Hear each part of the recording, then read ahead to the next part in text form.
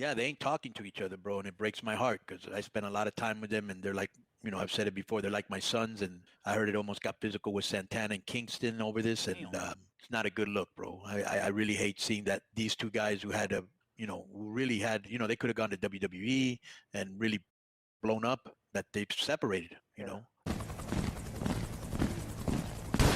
Yo, put your hands up. We don't do the gang signs. Today I will be talking about two canines named Santana and Ortiz. These two go back over a decade. Mike Santana and Ortiz, formerly known as Proud and Powerful, had teamed together for 11 years. However, they stated that they go back longer than that. While they didn't train together, they partook in backyard wrestling before becoming professional wrestlers. Santana and Ortiz, as singles and tag team, have traveled all over the world, from the US and UK indie scene to wrestling at big arenas in Mexico.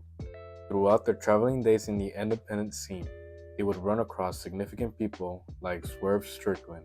During that time, Swerve had wrestled for Lucha Underground, which led him to connect Santana and Ortiz with Conan, who had involvement in the production.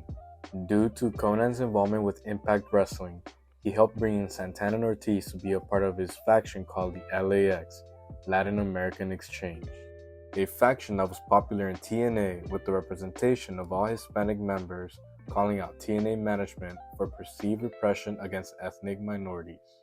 Throughout the years, LAX has gone through a lot of reincarnations with the same focus. As heels, they would portray themselves as a group of militant street thugs, while as babyfaces, they would portray themselves as proud Latin Americans with less emphasis on the military theme. During their time in Impact Wrestling, they were 4-time Impact Tag Team Champions.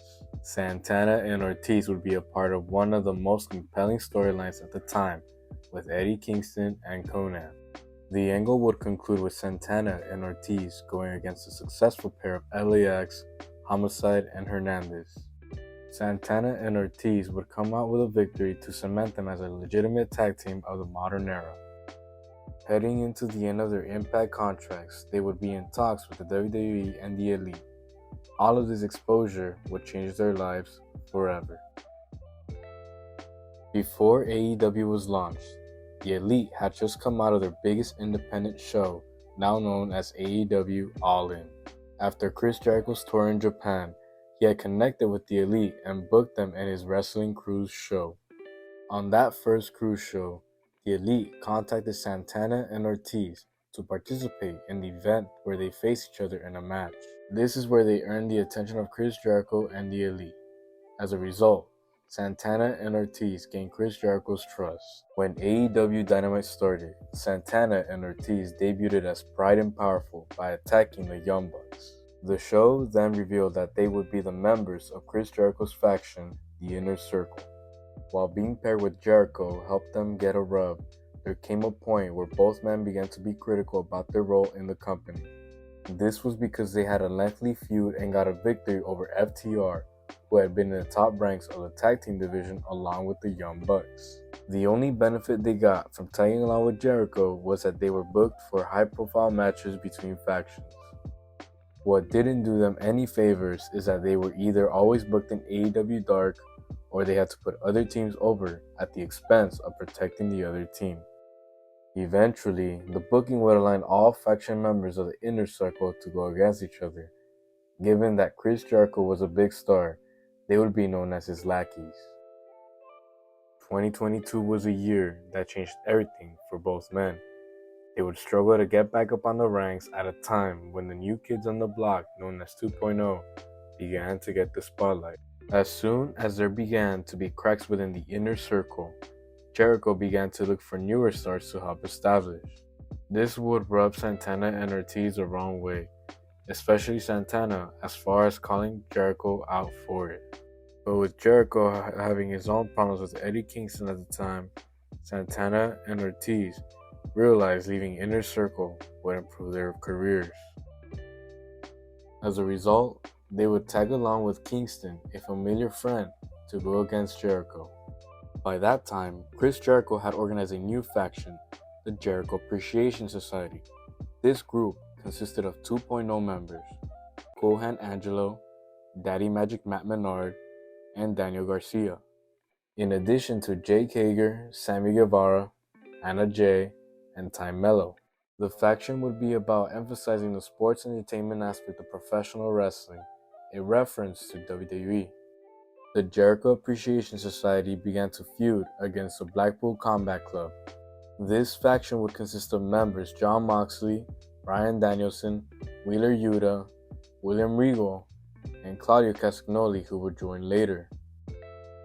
This feud started due to things leading up to another. Eddie Kingston was still not done with Chris Jericho. Wheeler Yuta and Daniel Garcia would have back-to-back bouts for the Ring of Honor Pure Champion, and Santana and Ortiz were left feuding with 2.0 after Jericho's betrayal. From any trace of the JAS, the BCC and their affiliates were willing to chew everything off because of what they stood for. This rivalry concluded with two big matches on two separate occasions. The first match was an Anarchy in the Arena during the Double or Nothing 2022 pay-per-view, and then a Blood and Guts match. The Blackpool Combat Club came out victorious in the match, except for Santana, who had injured executing a Uranagi on Daniel Garcia. That knee injury he received would keep him for the rest of 2022 and almost of all 2023. This would then cement the end between Chris Jericho, Santana, and Ortiz. Ortiz would carry on as a singles competitor on AEW Dark, Jericho's Cruise, and ROH. He would obtain a win and loss record as well as a haircut with no clear direction into his future. Before I begin to dive deep into their rivalry, please don't forget to like and subscribe for more videos like these. Thank you. After a full year of being sidelined, Mike Santana returned aid to the Blackpool Combat Club. The BCC were beginning to be outnumbered by Phoenix's crew, including Eddie Kingston, until Ortiz also came out to stand by the BCC. And by this time, the BCC had turned heel after Jon Moxley's feud against Hangman Page and the rest of the Elite. In theory, Phoenix was severely knocked out due to the travel and visa issues to London. As a result, someone needed to step up and take his place, and that happened to be Kingston. What made this conflicting for Eddie Kingston was that he is homies with both teams, the Lucha Bros, Santana, and Ortiz. In addition to that, Kingston and Moxley are also homies, except that Claudio and Kingston can't stand each other. Do you see that odd math equation? The betrayal between Eddie Kingston, Santana, and Ortiz came from former LAX members realizing that they'd be held back tagging along with someone who has star power. After their experiences with Chris Jericho, they thought that they could do better on their own. Now let that sink in. Better off on their own. Fast forward to AEW All In 2023. Santana and Ortiz teamed up with the BCC against the Best Friends, Pentagon Jr., and Eddie Kingston in a Stadium Stampede match. Based on the look of their entrances, it was clear as day how different times were as Santana and Ortiz walked into the ring. Throughout all that chaos, BCC suffered a loss with Orange Cassidy knocking out Claudio with the Orange Punch. Weeks after that match, Santana and Ortiz have been cutting promos on each other, indicating the reason why they no longer team up. Both men had their takes on the matter, but this had to be solved in the ring, and they knew that. They knew that there were people online talking about a possible fallout due to both men having different goals for their careers. It helped that Conan briefly spilled the tea about the fallout. This is where they knew that they could cash off of their beef. While we all wanted Proud and Powerful to make a comeback and pursue tag team gold, they had already decided to part ways and carry on with their careers. Over a month ago, on an episode of AEW Rampage, Santana made his singles debut against Bronson. Santana showed that he had put extra mass into his physique, and this was likely done by design. He made it clear that he wants to be the guy. In his debut match, going against a big man proved that he could hang with the best of them, as well as knowing how to use the momentum to keep the audience engaged. After this match, more promos kept coming out so that both men could settle their differences in the match. Going into a few Fridays ago on AEW Rampage, Mike Santana and Ortiz went face to face against each other in a no DQ match to squash down the beef once and for all. They had an engaging and hard-hitting match to see which man would be the last one standing. The fact that both men know each other so well is what made the audience jump out of their seats and cheer "Fight Forever." Throughout all that back-to-back action, Mike Santana came out victorious. Despite Santana offering his hand to bury the hatchet, Ortiz would leave his former partner hanging. This must mean that there is more to the story that Ortiz hasn't shared. It may be that Santana's long-awaited return had been heavily promoted for a while.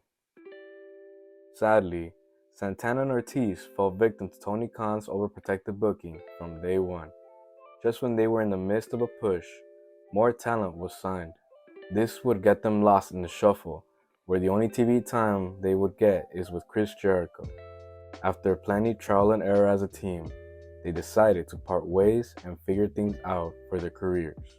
To add more salt to the wound, this rivalry match was booked on Rampage when it could have been built up and televised either on Dynamite or Collision. It wasn't a proper send-off, therefore it is a huge sleeper. But wherever this goes, these two men deserve the recognition. They did the smartest thing in their careers, and that was to profit off of their real-life differences. They are the Prophets.